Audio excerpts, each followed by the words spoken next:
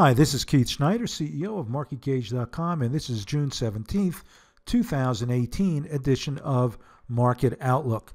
So we had a news pack week, the summit meeting between President Trump and Kim Jong-un from North Korea.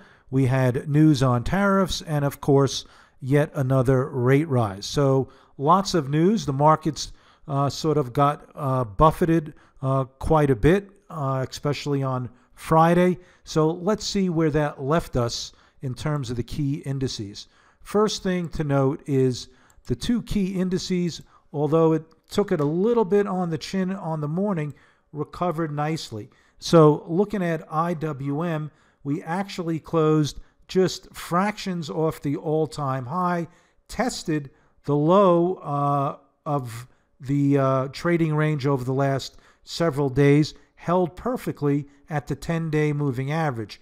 So the thing that you really want to watch is this 166.50 level in IWM.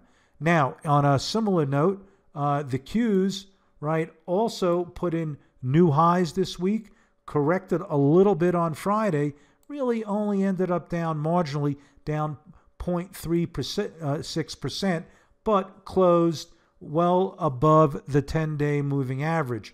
So all in all, things look intact on our two leading indices. Our real motion indicators, which is showing momentum, and obviously momentum often precedes price, there is no deterioration here whatsoever, just a pause.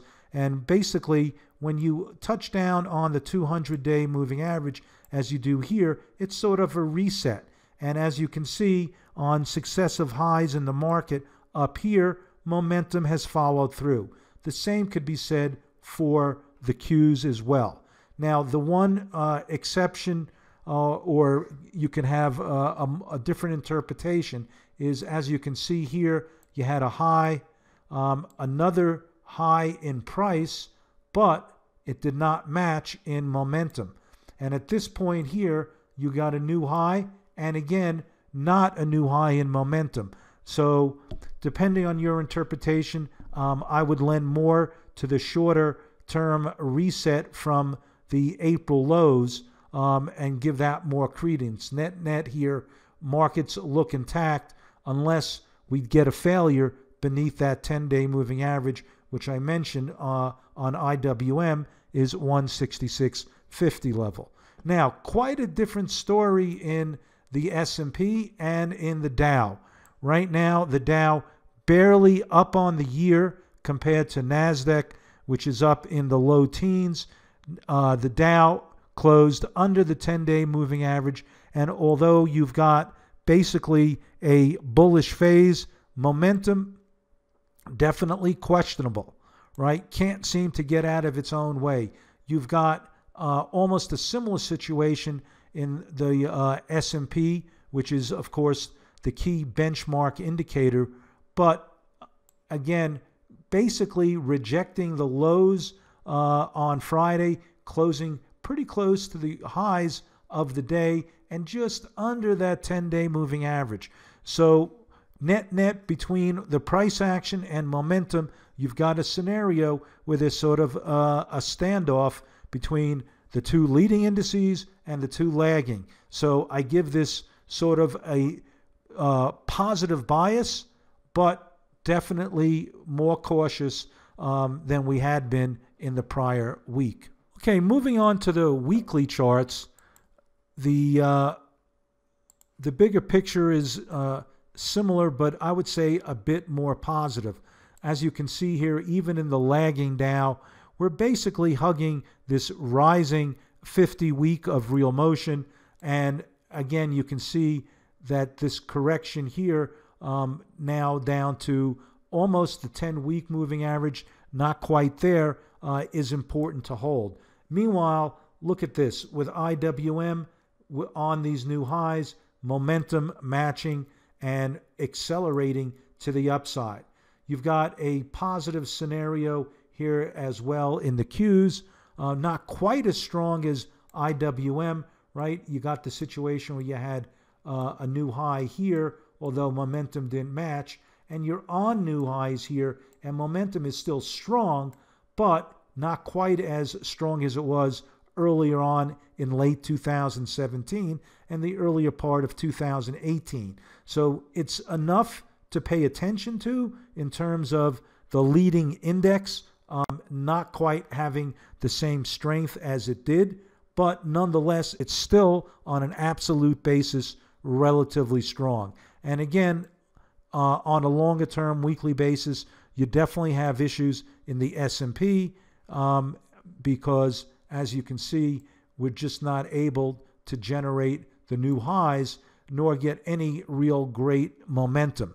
Similar scenario in the Dow as well.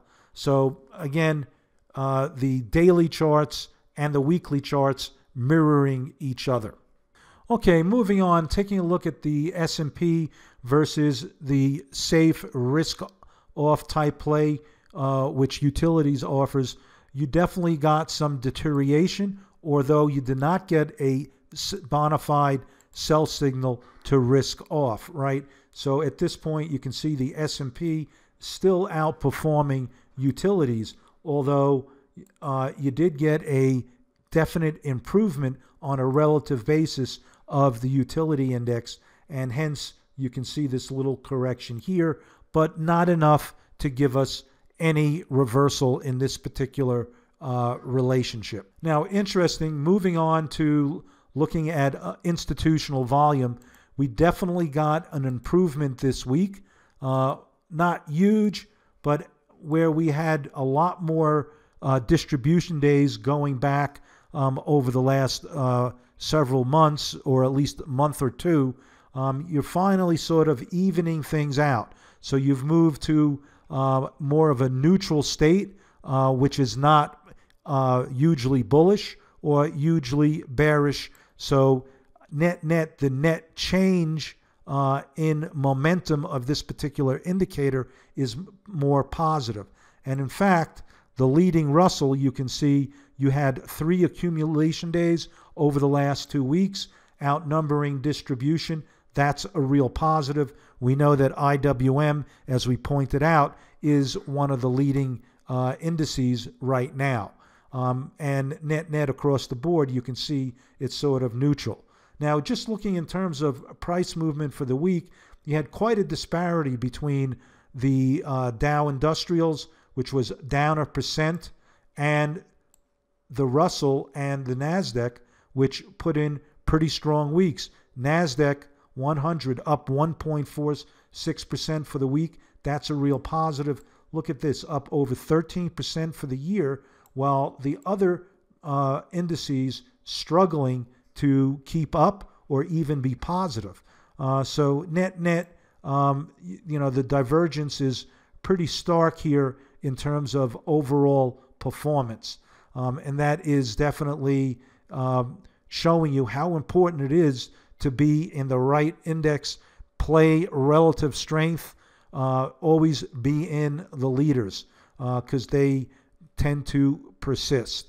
So net right now, right, NASDAQ and the Russell, the 2 leading indices, they're both putting in a pretty good pace for basically half a year.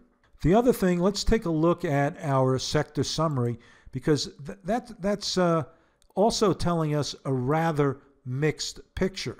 So for one thing, even though the market was, depending on which index, either up or down, but utilities was up 1.7% for the week, right? So this is a conservative play, right? People would move out of stocks into utilities for safety and yield, and that was one of our strongest performing sectors this week. So that is definitely a yellow flag.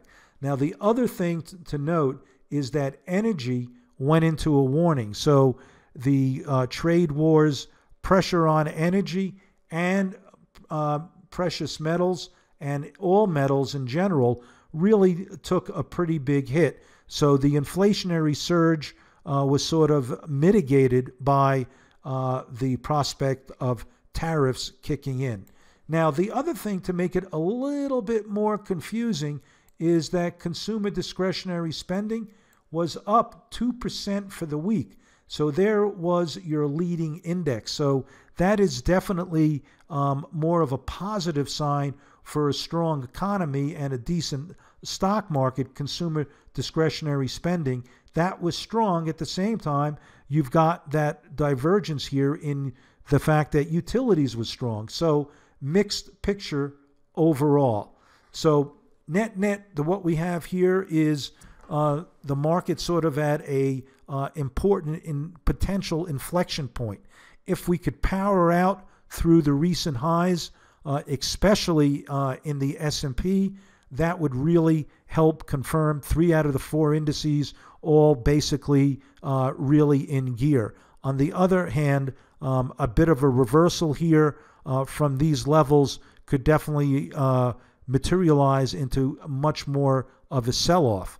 So you got that rally against sort of the important highs, recent highs, 6-month calendar highs in the S&P, and right now it looks like it's sort of in a iffy situation. So mixed bag, right?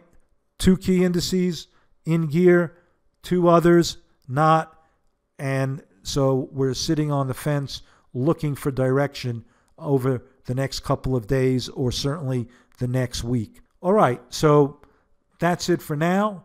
Hope this helps. Good luck with your trading, and see you next week.